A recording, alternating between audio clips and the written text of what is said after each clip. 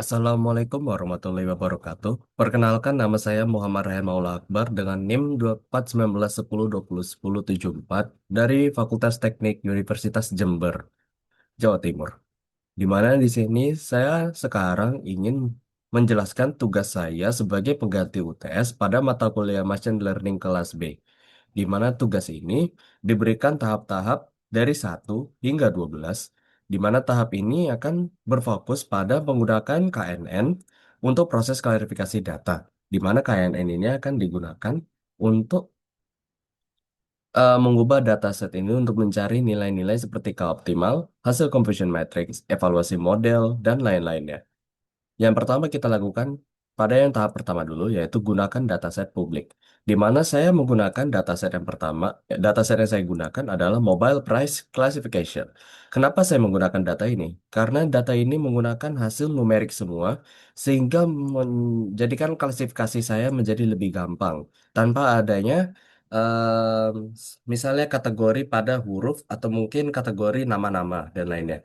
Dikarenakan semua data berupa numerik, data menjadi lebih gampang untuk dikonversi dan diproses ke dalam tahap-tahap yang sudah diberikan tadi. Di sini saya sudah membuatnya. Dataset Mobile Price Classification berisi spesifikasi ponsel yang digunakan untuk mengklasifikasi harga ke dalam beberapa kategori. Yang pertama kita import dulu Panda SPD, load dataset DF sama dengan PD read CSF. Jangan lupa yang setelah kalian mendownload tadi, di mana downloadnya di sini, setelah itu di sini download, masuk ke dalam ini untuk mengupload filenya. File yang tadi sudah di-download. Nah, setelah file tadi sudah di-download, baru bisa menggunakan PD read CSF, train CSF sesuai dengan nama yang di-download tadi. Setelah itu DF head 10 karena datanya itu ada lebih dari enggak, malah datanya itu ada lebih dari 2000 baris. Sehingga kita yang memunculkan 10 baris saja sebagai bukti bahwa datanya sudah sama. Dan bila kita lihat 842 1021 itu sudah sama dengan data yang paling atas di sini, yaitu 8042 1021. Sama kan? Hmm. Nah, setelah kita sudah membuktikan data tadi sudah dimasukkan ke dalam Google Colab, kita cek dulu ada berapa baris dan kolomnya supaya kita mengetahui apakah kriterianya sudah mengikuti 500 baris dengan jumlah fitur minimal 2, di mana saya menggunakan df titik shape. Nah, di sini didapatkan yaitu ada totalnya 2000 baris dengan 21 kolom, sehingga itu melebihi dari kriteria utama. Dan df info digunakan untuk mengetahui apa berapa jumlah datanya dan apa tipe datanya. Seperti contoh ada kolom, non-null, dan dtype-nya ini. Bila integer 24 artinya full angka dan bila float ada terdapat kategori. Nah, lanjut ke nomor 2. Di mana nomor 2 adalah jelaskan fitur-fitur pada dataset yang ada di dalam dataset. Serta jelaskan terkait fitur input, output, dan output kelas ataupun label. Di mana saya menggunakan df column untuk mengetahui apa saja indeksnya. Apa aja kolom-kolom yang ada di dalam data tersebut. Ada battery power, blue, clock speed, dual sim, dan lain-lainnya seperti yang bisa dilihat. Dan bila dilihat, fitur inputnya ada berupa hampir semuanya selain satu. Fitur inputnya ada bisa battery power, mulai dari battery power sampai ke dalam WiFi. Namun, price range itu merupakan output yang kita gunakan. Di mana price range itu kelasnya mulai dari 0 sampai 3, dari 0 itu harga terendah dan 3 harga yang sangat tinggi. Nah, setelah menjelaskan apa, mengetahui fitur-fiturnya, setelah menjelaskan apa aja, masuk ke dalam tahap ketiga, yaitu jelaskan jumlah kelas dan cek apakah jumlah data sudah seimbang. Menggunakan mode tertentu untuk menyeimbangkan jumlah kelas jika perlu. Nah, ini pertama kita cek dulu apakah jumlah kelasnya sudah sama atau belum dengan menggunakan df price range titik value counts tanda kurung tutup kurung. Di mana kenapa kita menggunakan price range? Kenapa tidak kayak clock speed, encores, atau mungkin bat battery power, RAM, dan lain-lainnya. Nah, itu karena price range itu menjadi output yang kita gunakan. Nah, karena output yang kita gunakan, itu terdapat dari 4 kelas sehingga mempermudah kita. Nah, ada total ada berapa aja price range-nya? Setelah kita ketahui price range itu harga satu atau harga menengah itu ada 500, price range tinggi harga ada total 500, harga yang sangat tinggi juga 500, harga yang rendah pun tetap 500. Sehingga bila ini didapatkan bahwa data yang kita gunakan kali ini itu sudah seimbang dan tidak perlu dilakukan yang namanya menyeimbangkan jumlah kelas jika perlu karena sudah seimbang semua yaitu dengan nilai 500. Lanjut ke tahap keempat, yaitu jelaskan terkait data mana termasuk data nominal, ordinal, dan kontinu jika ada. Di sini saya tidak menggunakan coding, dikarenakan ini sudah bisa dilihat secara manual lah ya. Bila kita lihat, pertama ada data kontinu atau data numerik atau ukuran, merupakan data yang berupa angka pengukuran, mulai dari battery power sampai hingga SC underscore W, di mana ini nilainya itu. No, pasti kisarannya bukan dalam rentang tertentu. Dia memiliki nilai yang bebas. Nilai yang bebas maksudnya kayak misalnya 8042, 1021, 563. Tidak ada rentang seperti misalnya 1 sampai 4, 1 sampai 2, 0 sampai 1. Enggak. Ini bisa bebas angka ya. Makanya termasuk ke dalam data kontinu. Selanjutnya ada data ordinal dan diskrit, di mana data yang punya tingkatan karena ada nurutan nilai, tetapi jaraknya tidak harus sama. Nah, ini contohnya yaitu N-cores, yaitu number of cores processor, sama price range. Di mana contohnya kita anggap gini lah, price range itu kan bisa harganya bisa sampai 3.000, jangan 3.000. Dan misalnya harga handphone ada yang 2 juta sampai yang paling tinggi mungkin sampai belasan juta. Nah, daripada jutanya yang angkanya terlalu banyak dan tidak bisa dimasukkan ke dalam data, itu dikategorikan menjadi 0 hingga 3. Nah, supaya supaya menjadi lebih gampang dalam mengklasifikasi kelas-kelasnya dari low, medium, high, dan very high dibandingkan dengan menuliskan harganya secara langsung. Dan yang terakhir data nominal atau biner, di mana ini data yang hanya sebagai label dan tidak ada tingkatannya. Misalnya, ya blue ada Bluetooth nggak? Nol atau satu, nol artinya false, satu artinya true. Jadi kita bisa lihat ada dua SIM, nol atau satu, WiFi, nol atau satu, touchscreen, nol atau satu, dan lain-lainnya. Selanjutnya tahap kelima, yaitu cek dataset jika ada data yang hilang atau kosong. Istilah data yang hilang dengan menggunakan metode tertentu. Nah, pertama kita cek dulu dari data kita apakah ada yang hilang atau kosong nggak. Dengan menggunakan df is null tutup buka kurung tutup kurung titik summary tutup kurung buka kurung tutup kurung, di mana setelah kita lihat dari seluruh data kolom 21 kolom yang kita punya itu tidak ada satupun missing value. Nah, berdasarkan hasil pengecekan menggunakan fungsi is null summary, tidak ditemukan data yang hilang pada setiap fitur dalam dataset. Hal ini menunjukkan bahwa dataset sudah dalam kondisi bersih sehingga tidak diperlukan proses penanganan missing value seperti imputasi menggunakan min, median atau metode lainnya. Namun, bila Anda memang ingin mencari tahu, bisa menggunakan listing program di bawah untuk mencari nilai yang tersebut dengan df describe. Nah, ini kita udah dapat count-nya ada berapa. Misalnya, bukan misalnya sih, count-nya itu totalnya ada berapa data ya. Seperti yang kita tahu kan ada 2000 baris. Jadi setiap kategori ini pasti ada 2000 lah kayak nggak mungkin ada yang kurang dari karena tidak ada missing value. Setelah itu ada mean rata-rata, STD, minimal, maksimal 25%, maksimal 50%, maksimal 75%, dan dan terakhir maksimal dari totalnya. Selesai mendapatkan langkah kelima, masuk ke langkah keenam yaitu lakukan encoding pada data yang diperlukan. Nah, ini maksud saya menjadi karena apa saya memilih mobile price classification. Karena hampir semua fitur sudah berbentuk angka, nol atau satu atau numerik. Sehingga tidak perlu adanya klasik encoding untuk mengubah dari huruf tersebut menjadi angka. Nah, ini menjadi lebih gampang. Nah, ini untuk mengecek aja. Bila melakukan encoding maka menggunakan kode ini. Cuman kan kita tidak ada karena semuanya sudah menggunakan numerik, jadi bisa langsung skip saja karena tahap ini merupakan tahap redundant. Selanjutnya tahap ketujuh yaitu lakukan normalisasi data dan tampilkan hasilnya.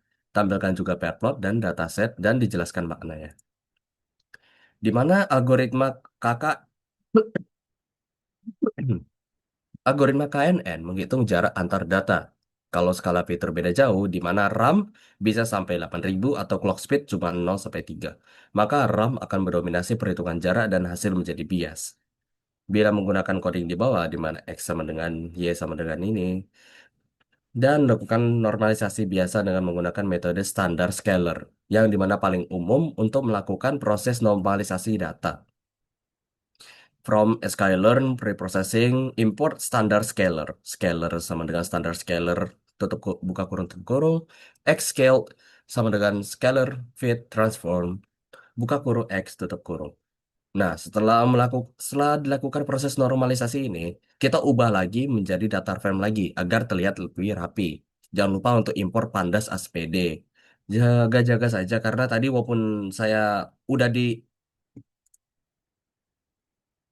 walaupun saya sudah import panda SPD di atas tadi, namun terdapat error bahwa tidak ada pandasnya sehingga data yang terlihatnya itu tidak muncul sehingga saya harus ya munculin lagi lah bilangnya. Nah, setelah itu Xscaled head untuk membatasi 5 data teratas yang sudah dinormalisasi saja lah. Nah, normalisasi saja digunakan menggunakan metode standar scalar untuk menyamakan skala antar fitur. Hal ini penting karena algoritma nearest neighbor menggunakan perhitungan jarak, maka fitur dengan skala besar dapat mendominasi hasil jika tidak dinormalisasi. Setelah normalisasi, seluruh fitur memiliki distribusi dengan mean mendekati nol dan standar deviasi mendekati satu. Nah, nilainya itu pasti di antara kisaran nol dan satu, mau itu positif ataupun negatif. Sekarang masuk ke dalam tampilan per plot dataset. Karena dataset memiliki banyak fitur, hampir 20 fitur dan satu output, kita tidak menggunakan semua fiturnya karena bakal kelihatan kayak luas kali, banyak kali. Nah, kita pakai beberapa fitur yang paling informatif aja. Yang dimana saya menggunakan yaitu adalah RAM, battery power, seberapa lebar pixelnya, seberapa tinggi pixelnya, dan outputnya jangan lupa dipakai sebagai label kita. Untuk menghasilkan bukan tabel, untuk menghasilkan kayak semacam gambar plot, jangan lupa untuk mengimport Seaborn dan Matplotlib. Dengan menggunakan coding di bawah ini, kita dapat terlihat bahwa hasil dari ini ya, aduh, terlalu ini ya. Nah, hasil dari gambar dari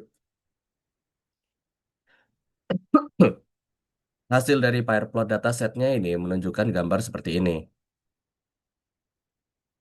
Berdasarkan hasil visualisasi menggunakan Perplot, terlihat bahwa fitur RAM memiliki pengaruh paling signifikan dalam membedakan kelas harga. Semakin tinggi nilai RAM, maka cenderung berada pada kelas harga yang lebih tinggi, 2 atau 3.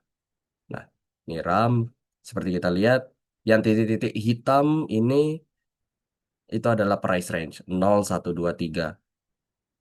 Sebagaimana semakin naik nilai RAM-nya, maka price-nya tentu saja semakin mahal. Nah, battery power, PX White. Bila battery power dan RAM menjadi makin naik, harganya juga ikut naik. Seperti itu cara membacanya. Nah, secara umum dataset menunjukkan pemisahan kelas yang cukup jelas sehingga cocok digunakan untuk algoritma K-nearest neighbor. Nah, setelah itu masuk ke tahap 8 yaitu split dataset dengan rasio 70-30, 80-20, atau 90-10 untuk data training dan testing dengan keseimbangan jumlah antar kelas. Di mana kita menggunakan 80% training dan 20% testing. Pertama kita pisahkan dulu datanya, setelah itu kita cek satu persatu untuk pada training dan test set. Menggunakan X-train, Y-train ini, kita dapat melihat bahwa pada training set itu menghasilkan dari 0 sampai 3 menghasilkan 400 jumlah 400 pada masing-masing kategori. Sedangkan pada test set itu menghasilkan 100. Hal ini sudah sesuai karena udah totalnya tetap 500.